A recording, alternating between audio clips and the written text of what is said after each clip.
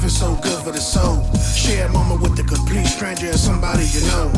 Don't care if you're young or you're old. Sit down and tune into the best show. Lee bringing all the flavor.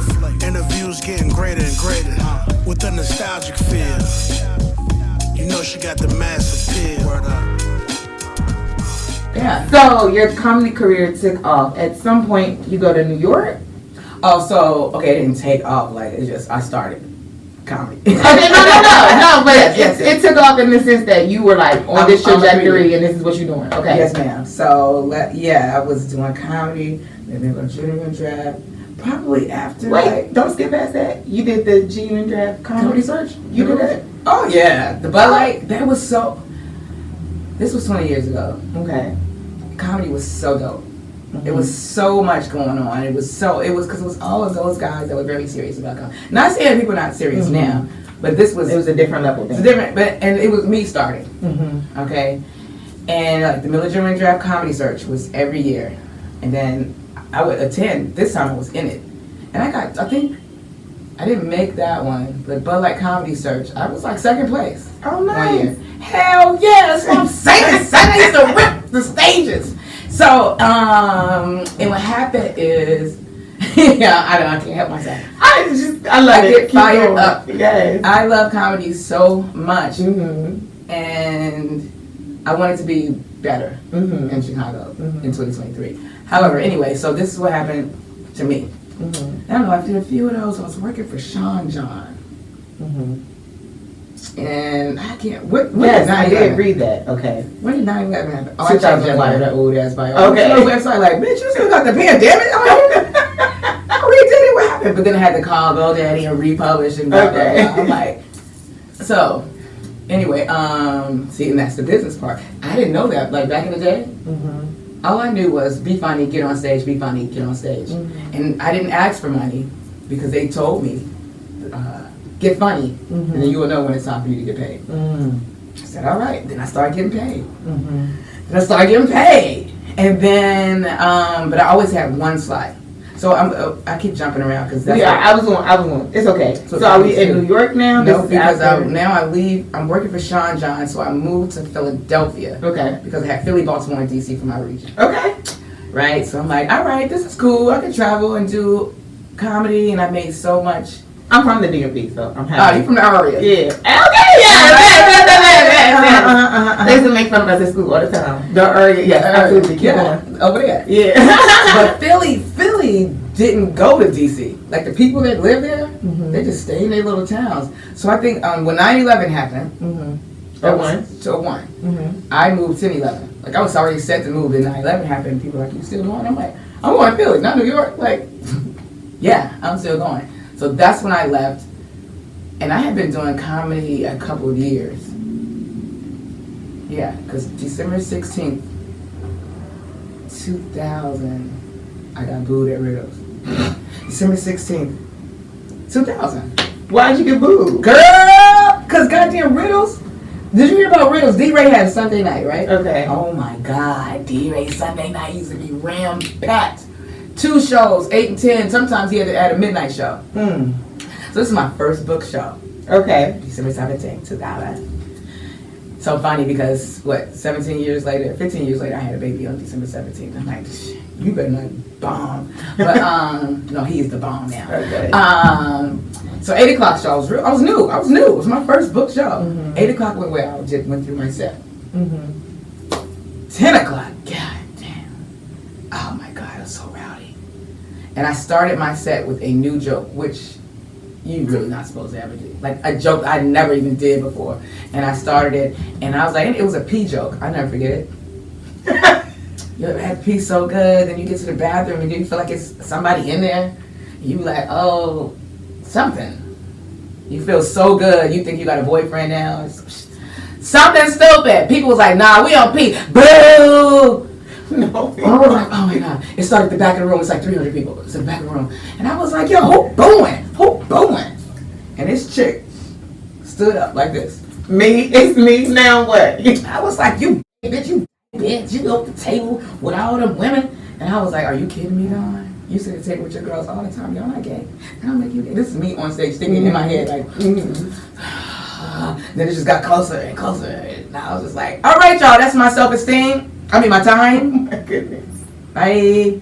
And D-Ray came up like, thanks. And he kept the show going. He was like, all right, this next brother coming to the stage. Funny as hell. That's what you said about the last bitch. I said, dude. Like, I touched him. I was right next to him like, yo, I'm standing right here. And D-Ray was like, yo, she is funny. She funny to me. And if you listen, like watch. She is the shit. Now, this next dude, who you with? He was like, it's my girl. He was like, your girl? You better off introducing her as your man to now. I was like, yeah, get up there.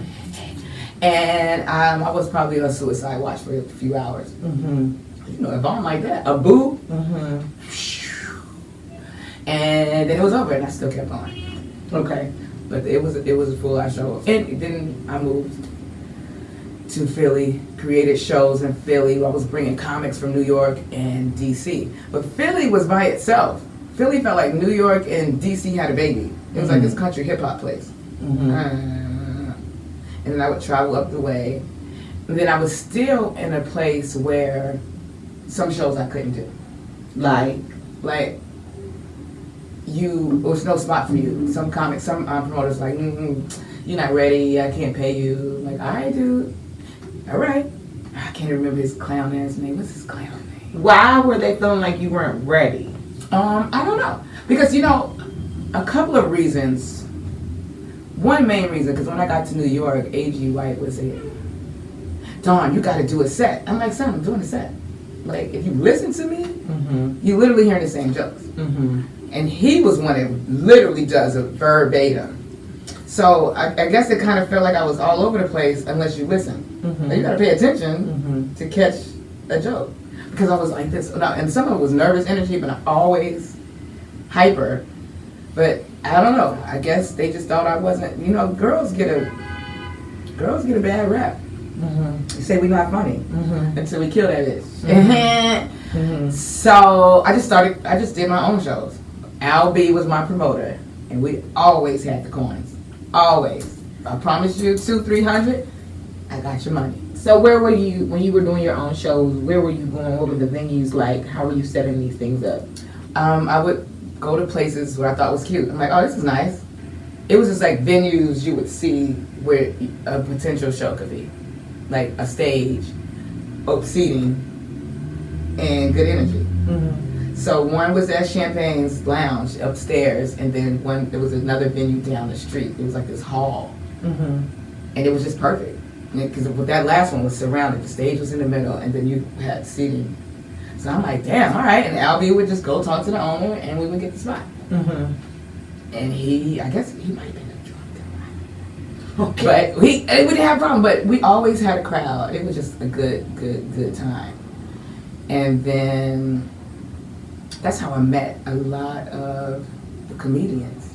Because I didn't know all of those. A lot of comics came to Riddles, so I met several New York comics here because I would go to Riddles. I don't know, I just had a relationship with comics. I just would call people like, what's up? Can you come to my show? I got $300. They were like, all right. And then they would see me host, and then we would all just help each other work. Yes, it was so dope. And around what time period is this? This is 2001, 2, 3. Okay, and so you're still in Philly. 2001, 2002. Still in Okay. Philly. Because I left 2002. I stayed in Philly about a year and a half-ish. And then during that time, I still worked for Sean John. Okay. And we went to a company party in Manhattan.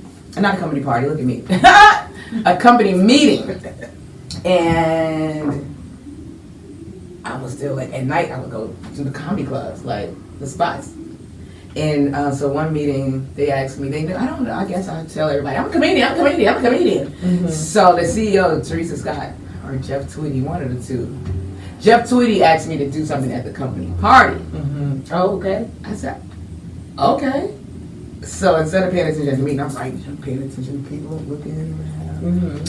And then we got there, Jitty set it out. We had the whole restaurant. Everything was free. Everything was open. We ate well, we drank well. Was this at Justin's? No, it was some Italian restaurant in the Lower East Side, I believe. I don't think Justin's was open yet. Okay. Yeah. So I went and I did it. And I murdered it. I made it very personal. I did it about the job, about nice. the people. Relatable. Yeah.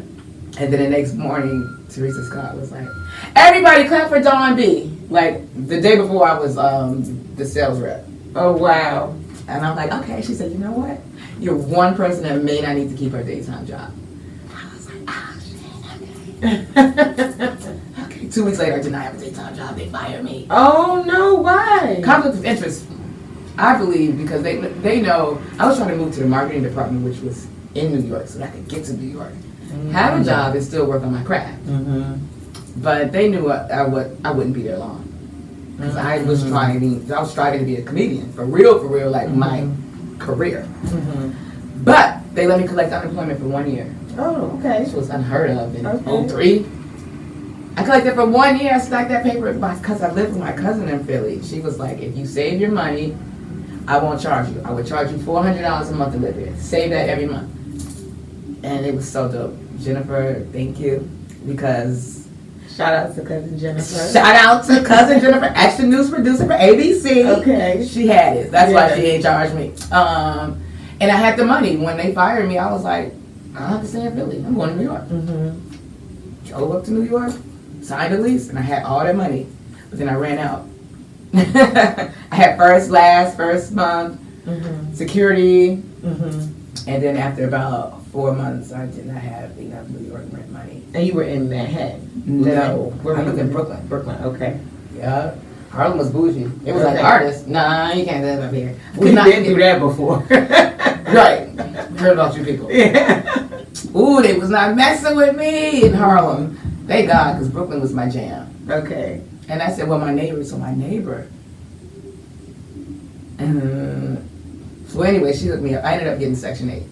Okay. And that's the truth of my story. By the grace of God, I was able. I don't know what I would have done. Anyway, Section 8 with a $300 rent, I could do that. Shit, it was comedy every single night. I would do two, maybe 3 shows a night.